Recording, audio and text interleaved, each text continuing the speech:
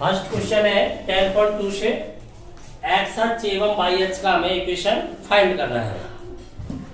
तो एक्स अक्ष भी एक स्ट्रेट लाइन है, तो एक्स अक्ष की ग्रेडियंट क्या होती है? एक्स अक्ष स्वयं के साथ, कोई भी रेखा स्वयं के साथ कितना कोण बनाती है? 0 डिग्री। तो इसलिए उसकी ग्रेडियंट क्या हो जाएगी?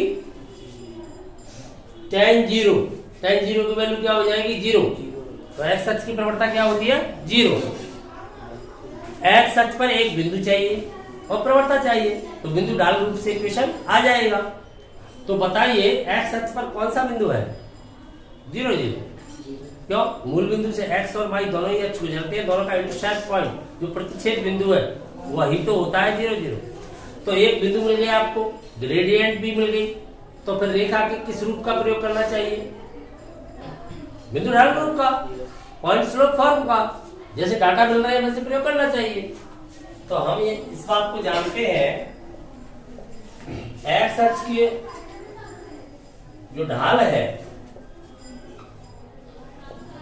जो प्रवणता है, वो क्या आ रही है? tan 0।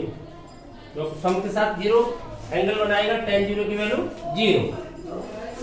बिंदु कौन से गुजर रहा है? 0 0 से। ठीक है, बिंदु 0 0 मूल बिंदु से गुजरने वाली m = 0। तब समीकरण क्या आएगा? क्या होता है फॉर्मूला आपका? y - y1 = m × x - x1 होता है। कौन सा फॉर्म है? m × x - x1। इसे कहते हैं बिंदु ढाल रूप। जिस प्रकार से हमें डाटा प्राप्त होंगे उसी प्रकार से हम इक्वेशन यहाँ पर प्रयोग करेंगे। देखिए y - y1 m क्या हो गया? 0।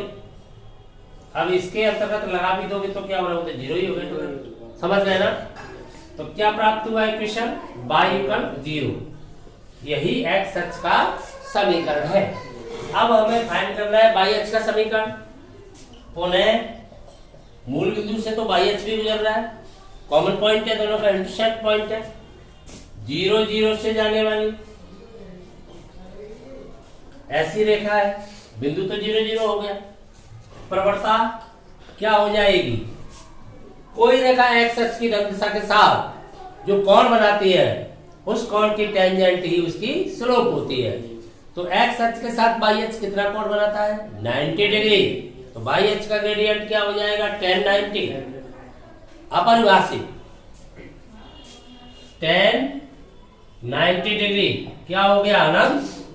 अपरिभाषित कह सकते हो आप इसे, अपरिभाषित हो गई। चलिए, फॉर्मूला आपके पास है y - y1 = m × x - x1। तो y - y1 तो 0 है। m आपका क्या बोल रहा है? इनफाइनाइट 1.0 लिख सकते हो। यहाँ पर x - 0 x - x1। देखिए इक्वेशन क्या फाइंड हुआ? y = यहाँ से देख रहे हो x/0, क्रॉस मल्टीप्लाई में लाओगे तो x = 0 रह जाएगा कि नहीं? 0, उधर x रह जाएगा तो x = 0। ये किसका इक्वेशन है? y अक्ष का। ठीक है, यही अभीष्ट समीकरण है। ये y अक्ष का समीकरण आ गया, ये x अक्ष का समीकरण आ गया। तो ये ध्यान रखना चाहिए, y = 0 x अक्ष, x = 0 y अक्ष। क्लियर? सेकंड क्वेश्चन, यहां पर हमें बिंदु दिया गया है एवं ढाल दी गई है। तो कौन सा फॉर्म हो गया? बिंदु ढाल रूप। बिंदु ढाल रूप का प्रयोग कर देना चाहिए। देखिए बिंदु ढाल रूप क्या है?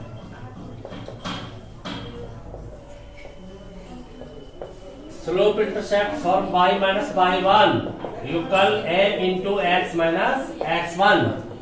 बिंदु लगाए y - y1 n half, x minus करोगे तो क्या हो जाएगा? प्लस। सॉल्व करें इसे, प्लस का आ जाएगा, क्रॉस मल्टीप्लाई से 2y हो जाएगा इधर, 2y - 6 = x + 4।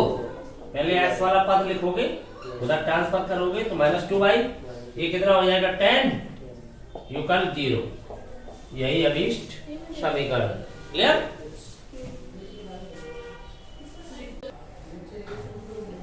तीसरे क्वेश्चन के अंतर्गत बिंदु दिया है, स्लोप दिया है, तो कौन सा फॉर्मूला लगेगा? बिंदु ढाल। तो बिंदु ढाल रूप लगाओगे तो y माइनस y1 क्या बोल रहा है? 0। m तो m ही है, x माइनस x1 0, तो इक्वेशन क्या रह जाएगा? y equal mx। Clear? Question number 4 देखिए। चौथे क्वेश्चन में हमें एक बिंदु दिया गया है, रेखा x अक्ष के साथ 75 डिग्री कोण पर झुकी हुई है, अर्थात 75 डिग्री का कोण बना रही है। कोई रेखा x अक्ष के साथ जो कोण बनाती है, पॉजिटिव एंगल है, पॉजिटिव एंगल है, तो उसकी टेंजेंट ही रेखा की क्या होती है? ग्रेडियंट, प्रवणता होती है। तो रेखा की प्रवणता मिल गई हमें, बिंदु मिल गया, तो पहले प्रवणता फाइंड कर लेनी चाहिए। ठीक है, प्रवणता फाइंड करते हैं पहले। m equal tan theta, tan 75 degree, दो संयुक्त कोणों में रखना पड़ेगा, अर्थात उन दो कोणों को बताइए जिनका योगफल 75 डिग्री होता है, जिनको आप जानते हो, 45 डिग्री और 30 डिग्री, दोनों को जानते हो आप। तो इसे हमें तोड़ना पड़ेगा, इन्हें हम क्या कहते हैं? संयुक्त कोण, 45 डिग्री प्लस 30 डिग्री। ठीक है, आपके पास एक फॉर्मूला होता है जो आपने ट्रिग्नोमेट्री के अंतर्गत अध्ययन किया है कि नहीं उसका? कौन सा फॉर्मूला है? tan a प्लस बी या x प्लस वाई, जो भी आप याद करते हैं। तो ये होता है tan a plus tan b upon 1 minus tan a into tan b। Right, प्रयोग कीजिए इसका। tan 45 degree plus tan 30 degree divide by 1 minus tan 45 into tan 30 degree. आपको वैल्यू आती है, इसकी वैल्यू होती है 1 प्लस इसकी वैल्यू होती है 1 अपॉन √3, इसकी 1 माइनस 1 इंटू 1 अपॉन √3। √3 एलसीएम में आ जाएगा, तो √3 एलसीएम लोग एलसीएम लेफ्ट हो जाएगा, तो आपके पास रह जाएगा √3 plus 1 is divide by √3 minus 1। Clear? ये आपके पास क्या आ गया? रेखा का ढाल आ गया। बिंदु आपके पास है ही, तो कौन सा फॉर्म यूज करना चाहिए? बिंदु ढाल रूप, बिंदु प्रवणता रूप, ढाल को ही प्रवणता कहते हैं। क्या होता है? y minus y1 equal m into x minus x1। जिस प्रकार से आपको डाटा फाइंड है, उसी प्रकार से उसी फॉर्म का प्रयोग कर लीजिए, इसीलिए तो वेरियस फॉर्म बताए गए। तो y माइनस y1, देखिए आपका बिंदु y1 क्या है? 2√3, तो 2√3 इक्वल m आपका ही है √3 plus 1 upon √3 minus 1। Clear? Into x minus x1 आपका क्या है? 2।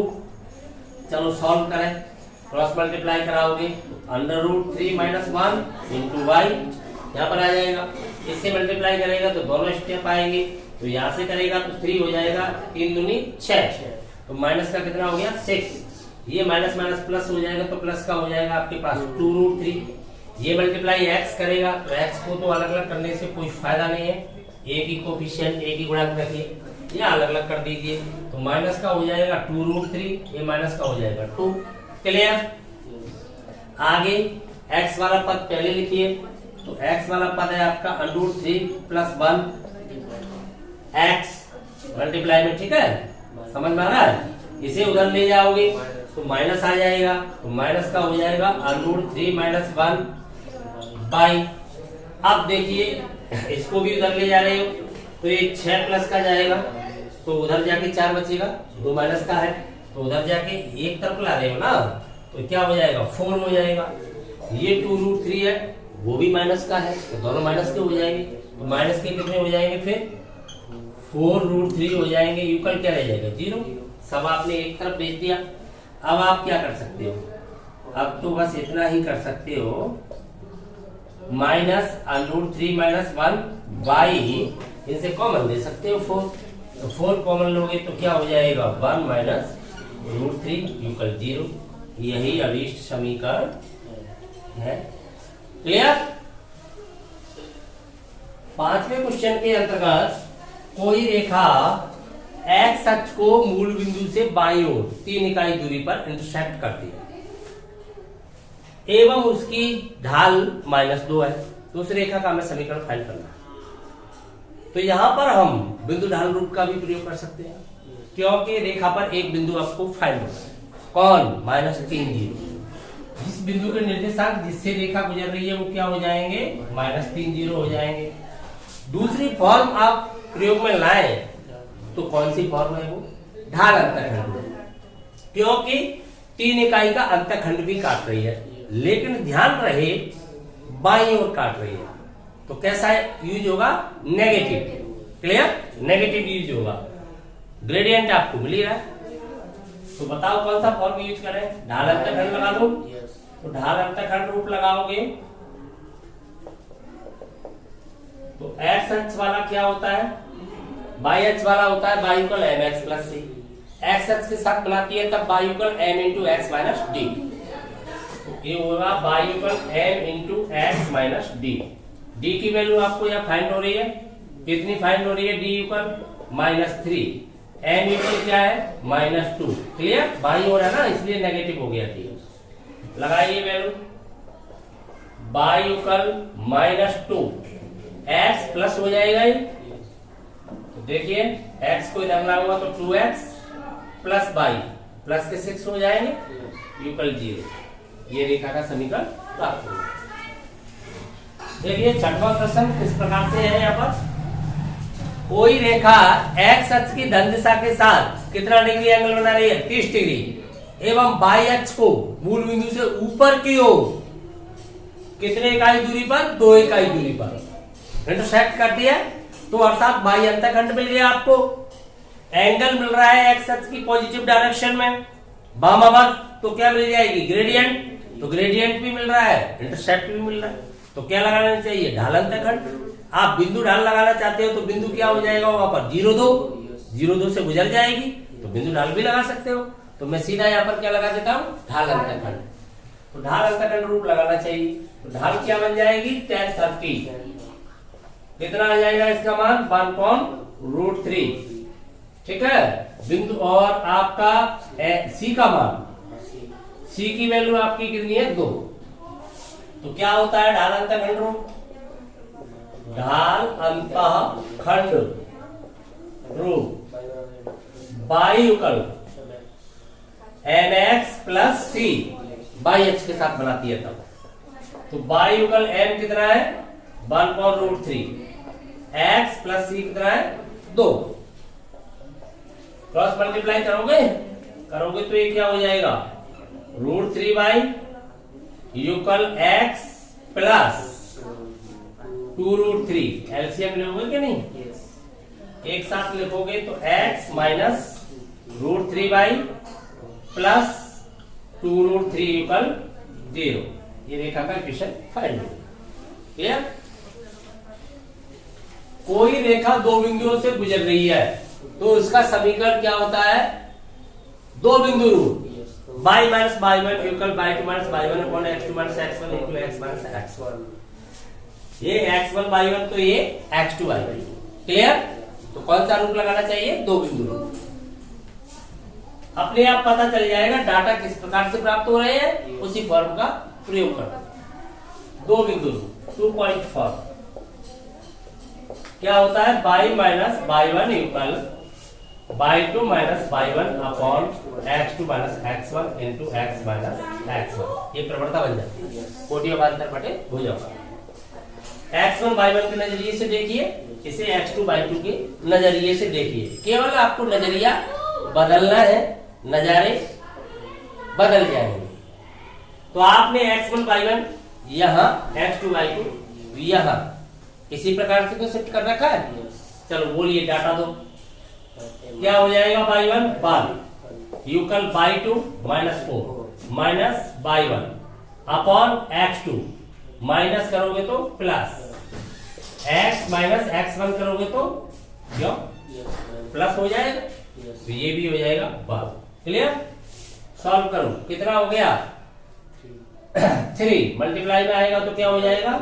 3y - 3 यूकल, ये कितना हो गया? -5। मल्टीप्लाई में आएगा तो -5x और -5। x को इधर लाएंगे 5x + 3y क्लियर? ये लगाओगे तो प्लस का कितना बचेगा 2 इक्वल 0। ये आपको इक्वेशन फाइंड। 8वें क्वेश्चन के अंतर्गत रेखा की मूल बिंदु से दूरी अर्थात मूल बिंदु से रेखा पर डाले गए लंब की लंबाई क्या मानते हैं? पी। पी की वैल्यू कितनी है? 5 इकाई। लंब द्वारा एक्स अक्ष की धन दिशा के साथ बनाया गया कोण ओमेगा कितना है? 30 डिग्री। तो कौन से रूप का प्रयोग करना चाहिए? लंब रूप का, नॉर्मल फॉर्म। लंब रूप क्या होता है? X cos omega plus by sine omega equal P. Omega की जगह पर ओमेगा का मान, पी के स्थान पर पी का मान रखो। तो कौन सा रूप हो गया रेखा का? लंब रूप। आपको यहाँ पर यही सुनिश्चित करना है कौन से रूप का प्रयोग किया जाए। तो ये अपने आप पता चल जाएगा, आपको डाटा से पता चल जाएगा क्या डाटा फाइंड हो गया। लंब रूप क्या होता है? X cos omega plus by sine omega equal P. लगाइए value, x cos 30 degree plus by sine 30 degree, P का मान 5। यही तो स्थिति है। लंब की लंबाई कितनी है? 5। एक्स अक्ष के साथ कितना डिग्री कोण बनाना है? 30 डिग्री। कॉस 30 डिग्री का मान कितना होता है भाई? √3/2। साइन 30 का मान हाफ इक्वल 5। एलसीएम क्या आ रहा है आपका? 2। तो यहां पर क्या रह जाएगा? √3x प्लस बाई, उधर ले जाओगे तो 10, इधर लाओगे तो -10, क्रॉस मल्टीप्लाई। क्लियर?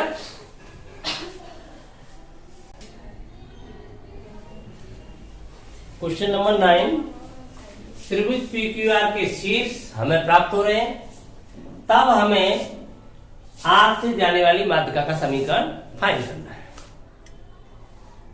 तो बताइए, R से जो माध्यिका जा रही है वो सामने वाले भुजा PQ के मध्य बिंदु से मिलेगी, क्योंकि माध्यिका क्या होती है? किसी शीर्ष को सम्मुख भुजा के मध्य बिंदु से मिलाने वाला रेखा खंड। लेकिन रेखा खंड का इक्वेशन हो या रेखा का इक्वेशन हो, इक्वेशन तो एक ही रहेगा। तो 2 बिंदु प्राप्त हो जाएंगे आपको। कैसे? क्योंकि आप सम्मुख भुजा का मध्य बिंदु प्राप्त कर लोगे, मध्य बिंदु से गुजरेगी माध्यिका। क्लियर? मध्य बिंदु से मिलेगी कि नहीं मिलेगी? तो इसका मिड पॉइंट आप फाइंड कर सकते हो। माध्यिका आप खींचोगे, मान लो किसी बिंदु पर आएगी तो इसके मिड पॉइंट से मिल जाएगी। तो इसका मध्य बिंदु कैसे निकालते हो? x1 plus x2 y2 y1 plus y2 y2। तो इसका मिड पॉइंट PQ का फाइंड करो। तो जो आपकी R से जाने वाली माध्यिका है वो PQ के मध्य बिंदु से मिलेगी, अर्थात उस पर PQ का मध्य बिंदु स्थित होगा। ठीक है, चलिए PQ का मध्य बिंदु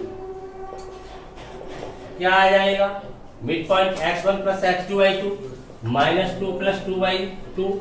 दूसरा क्या हो जाएगा? y निर्देशांकों का योग का आधा, x निर्देशांकों के योगफल का आधा, यही तो होगा। तो क्या आ गया? 0 और ये क्या होगा? 2। तो 0 2 एवं एक बिंदु R आपको प्राप्ति हो रहा है ऑलरेडी। क्लियर? तो कौन सा रूप लगाओगे आप? 2 बिंदु रूप। एक बिंदु तो आपको 0 2 प्राप्त हो जाता है, एक बिंदु आपका ऑलरेडी 4 5 है ही यार, यही तो हो गई। इन दोनों से जाने वाली माध्यिका है, एक 4 5 है और एक आपका 0 2 हो गया। तो आप 2 बिंदु रूप लगाए। तो 2 बिंदु रूप क्या है? y minus y1 equal y2 minus y1 upon x2 minus x1 into x minus x1। Clear? समझ में आई बात? चलिए, y माइनस y1 क्या ये 2 equal y2 minus y1 5 minus 2 4 minus 0 x minus x1 0। Solve करें इसे तो क्या आएगा? यहाँ से ऊपर क्या रह गया? 3, 4 मल्टीप्लाई में आएगा तो 4y माइनस 8, ये कितना रह गया? 3, 3x minus 4y plus 8 equal 0। ये रेखा का समीकरण प्राप्त हो जाता है। उधर भी आप क्या कर सकते थे? जैसे मान लीजिए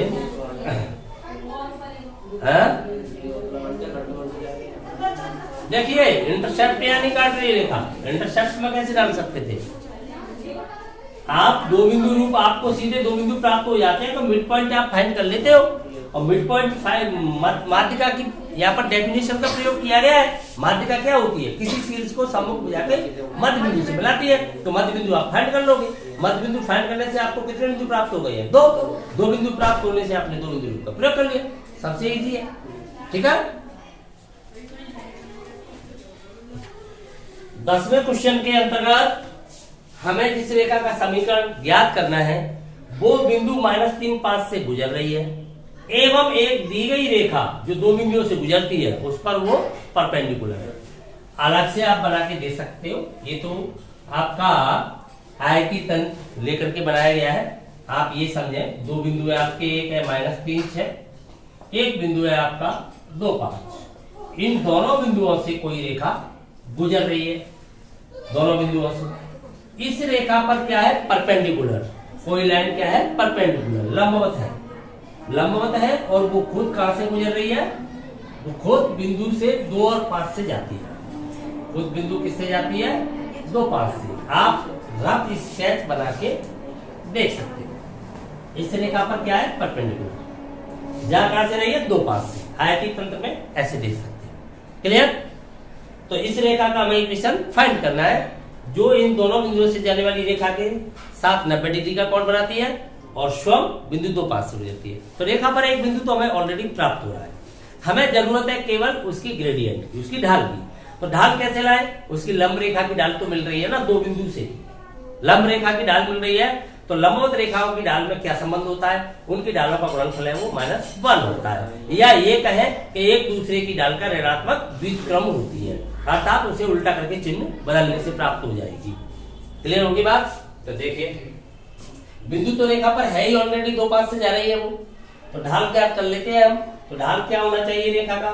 -1 लंब रेखा का ढाल। तो ये हो जाएगी -1 लंब रेखा का ढाल, लंब रेखा का ढाल। क्लियर? तो देखिए क्या हो जाएगा? -1 लंब रेखा का ढाल।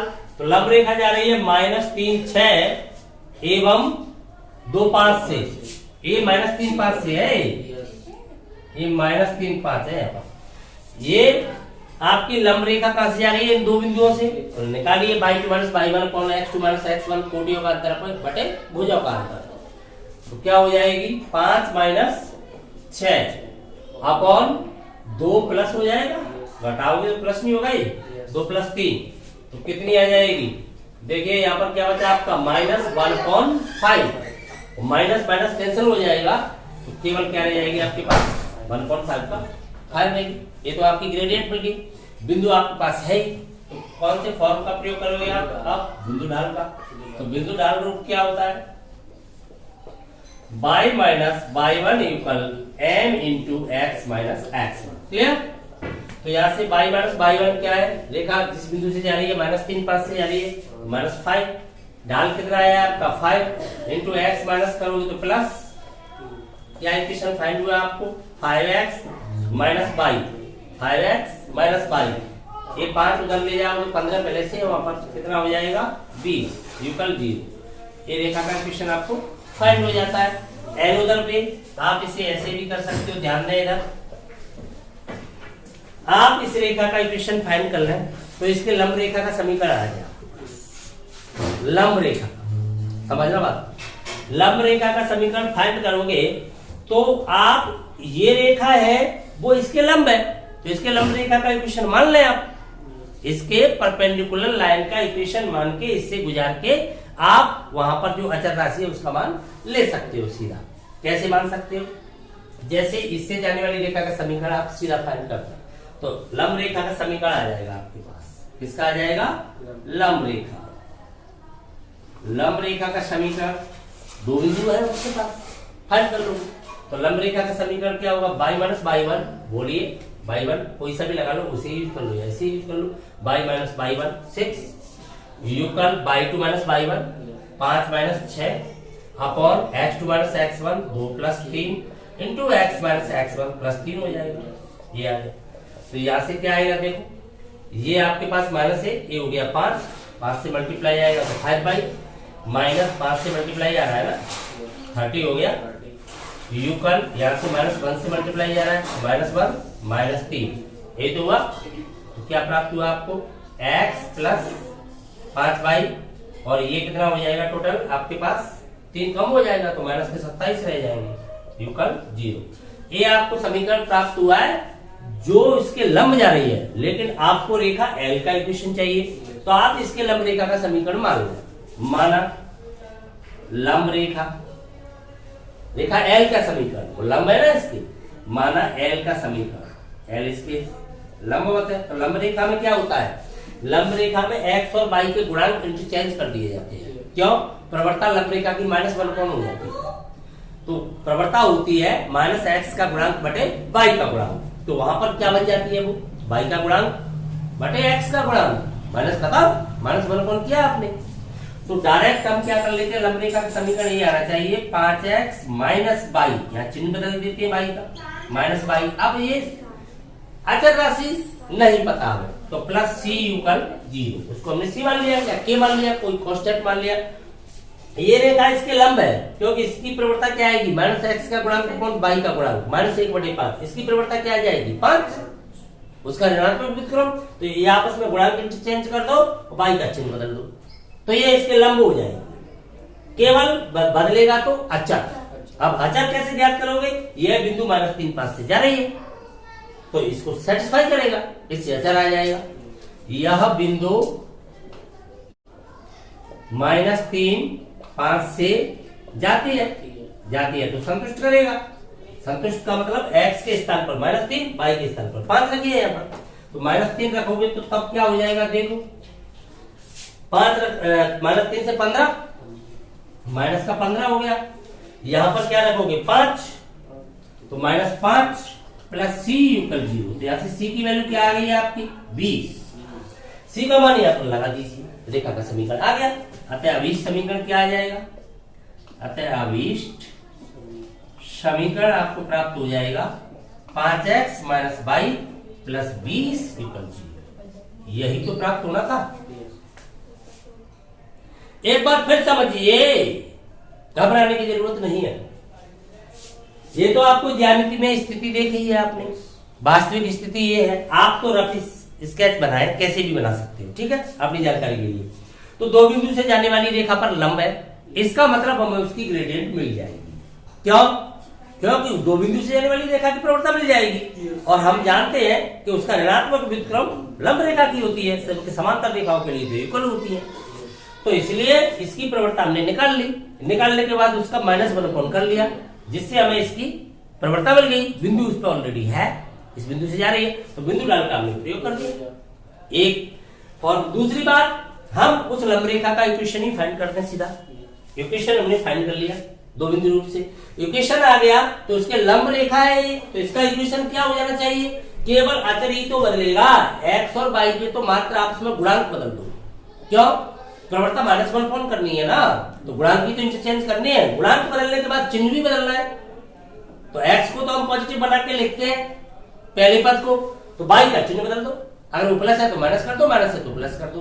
तो आप जो प्रवणता लंब रेखा की ले रहे हो वो ऑटोमेटिक -1 हो गई, तो लंब रेखा बन गई।